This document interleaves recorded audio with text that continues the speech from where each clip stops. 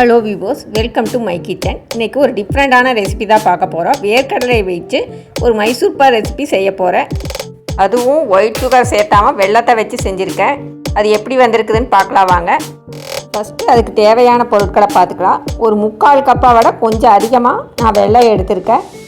நல்ல ஸ்வீட்னஸை விரும்புகிறவங்க இன்னொரு 1/2 கப் கூட சேர்த்து எடுத்துக்கலாம்.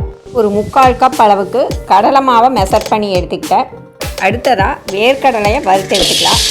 இது வந்து ஒரு 1/2 கப் அளவுக்கு நான் வறுத்து வச்சுக்கிறேன். இதனுடைய பவுட்ரு தான் நமக்கு தேவைப்படும். அது வந்து ஒரு 1/4 கப் அளவுக்கு பவுட்ரு நம்மளுக்கு தேவைப்படும். அதனால் இது மெஷர் பண்ண வேண்டியதில்லை, பவுட்ரு பண்ணி மெஷர் பண்ணிக்கலாம். இந்த நிலக்கடலையை நல்லா வறுத்துக்கிறோம். செவக்க நல்லா வறுபட்டதுக்கப்புறம் ஆற வச்சு ஒரு மிக்சி ஜாரில் சேர்த்து பவுட்ரு பண்ணி அதை ஒரு 1/4 கப் அளவுக்கு மெஷர் பண்ணி எடுத்துக்கலாம். அடுத்ததாக மெஷர் பண்ணி வச்சுருக்கிற கடலை மாவை நல்லா சளிச்சு எடுத்துக்கலாம். ஏன்னா இந்த கட்டியாக இருந்ததுன்னா நம்மளுக்கு மைசூர் பாக் செய்யும் போது கட்டிகள் வர்றதுக்கான வாய்ப்பு அதிகம். அதனால் நல்லா நைஸாக சளிச்சு எடுத்துக்கலாம். இது மாதிரி கட்டிகள் இருந்தால் அதை கையில் நல்லா உடச்சிட்டு நைஸாக சளிச்சு எடுத்துக்குங்க. சளிச்ச மாவை ஒரு கடாயில் சேர்த்து செவக்க வறுத்து எடுத்துக்கலாம். அதனுடைய பச்சை வாசனையெல்லாம் போகணும். அது மாதிரி நல்லா வறுத்துக்கலாம். வறுபட்ட மாவை அடுப்பை ஆஃப் பண்ணிவிட்டு நல்லா ஆற வச்சுக்கலாம். இப்போ இன்னொரு குண்டால் அளந்து வச்சுருக்கிற வெல்லத்தை ஆட் பண்ணிக்கலாம். அது கூடவே 1/4 கப் அளவுக்கு தண்ணியை ஆட் பண்ணி அடுப்பில் வச்சு பாகு காய்ச்ச ஆரம்பிச்சிடலாம். நம்மளுக்கு ஒரு கம்பி பதம் கிடைக்கணும். ஒயிட் சுகர் மாதிரியதை இதிலே ஒரு கம்பி பதம் வேணும். இப்போ வேர்க்கடலை நல்லா ஆறிச்சு பாருங்கள். அதை ஒரு மிக்சி ஜாரில் சேர்த்து பொடி பண்ணிக்கலாம்.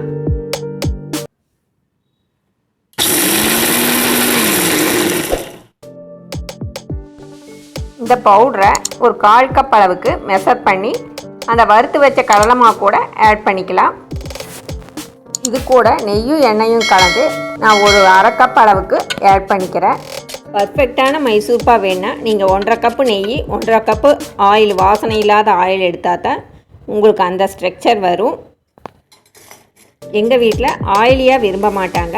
நான் அதனால் 1/2 கப் அளவு மட்டும் நெய் எண்ணெயும் கலந்து சேர்த்துக்கிறேன். இப்போது வெல்லமெல்லாம் நல்லா கரைஞ்சி வந்துடுச்சு பாருங்கள். அதுக்கு முன்னாடி நாம் மைசூர் பாக் மிக்சர் ஊற்றுறதுக்காக ஒரு டிஃபன் பாக்ஸை ரெடி பண்ணிக்கலாம். நல்ல ஆழமான குழியுள்ள டிஃபன் பாக்ஸாக எடுத்துக்குங்க.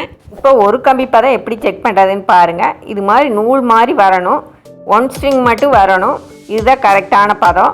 பாகு பதம் செக் பண்ணும்போது கொஞ்சம் பார்த்து பண்ணுங்கள். ஏன்னா ரொம்ப ஹீட்டாக இருக்கும், கை புண்ணாகிறதுக்கு வாய்ப்பு இருக்குது. இப்போ எடுத்து வச்சுருக்கிற டிஃபன் பாக்ஸில் பட்டர் சீட் போட்டு அது மேலே நெய் தடவி வச்சுக்கலாம். கடாயில் கடலை மாவையும் வேர்க்கடலை மாவையும் சேர்த்து அது கூட அந்த காய்ச்சின வெள்ளைப்பாகை சேர்த்து அடுப்பில் வச்சு ஸ்லோ ஃப்ளேமில் வச்சு நல்லா மிக்ஸ் பண்ணிகிட்டே வரலாம். உள் ஊற்றின நெய்யெல்லாம் நல்லா மாவை அப்சர்வ் பண்ணி ட்ரை ஆயிரும். அதனால் பயந்துக்க வேண்டாம், நல்லா மிக்ஸ் பண்ணிக்கிங்க. இப்போ அந்த பாகு காய்ச்சின குண்டாலேயே இன்னொரு 1/2 டம்ளர் அளவுக்கு தண்ணியை ஆட் பண்ணி நல்லா ஹீட் பண்ணிக்கலாம். அந்த ஹீட் பண்ண வாட்டரை வந்து அந்த மைசூர் பாகு மிக்சர் கூட ஆட் பண்ணிக்கலாம். ஏன்னா மாவு ரொம்ப ட்ரையாக இருக்குது. அதை காம்பன்சேட் பண்ணுறதுக்காக ஒரு 1/2 டம்ளர் அளவுக்கு தண்ணியை ஆட் பண்ணிக்கிறோம். ஆட் பண்ணி நல்லா மிக்ஸ் பண்ணிகிட்டே வரலாம். மாவு வந்து ஒரு அல்வா பதத்துக்கு வரையில் அடுப்பை ஆஃப் பண்ணிவிட்டு அந்த டிஃபன் பாக்ஸுக்கு மாற்றிக்கலாம். இப்போ பார்க்குறக்கு உங்களுக்கு கட்டியாக தெரியும். அது வேற ஒன்றும் இல்லைங்க, நிலக்கடலை பொடி நல்லா பவுட்ரு ஆகாதனால திப்பியாக தெரியுது. இந்த மாதிரி சாப்பிட்டாலும் நல்லா தான் இருக்குங்க. இப்போ அது கூட ஒரு 2 ஸ்பூன் அளவுக்கு நெய்யை ஆட் பண்ணிக்கலாம். ஆட் பண்ணி நல்லா மிக்ஸ் பண்ணிகிட்டே வரலாம். கடாயில் ஒட்டாத பக்குவம் வந்துச்சுன்னா நாம் அதை வந்து அந்த டிஃபன் பாக்ஸுக்கு மாற்றிக்கலாம்.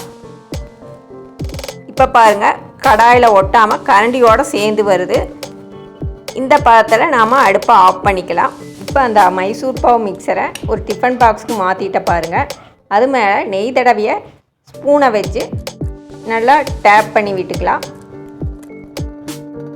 இப்போ இது கொஞ்சம் வெதுவெதுப்பாக இருக்கலையே நாம் கத்தியை வச்சு கீரல் போட்டு வச்சுக்கலாம்.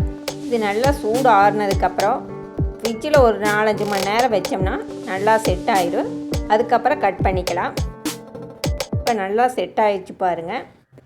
கலரு நல்லா சேஞ்ச் ஆகிருக்குது பாருங்கள். இதை ஒரு தட்டத்தில் கவுத்தி பட்டர் சீட்டெல்லாம் ரிமூவ் பண்ணிவிட்டு கட் பண்ணி எடுத்துக்கலாம்.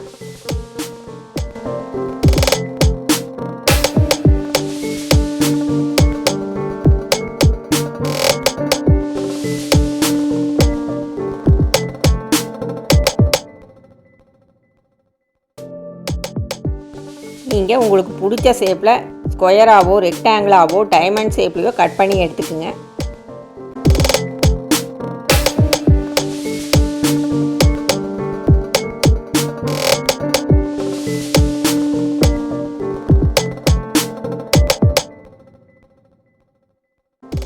இது மாதிரி ஒவ்வொன்றா ஷேப்பாக கட் பண்ணி எடுத்துக்கலாம்.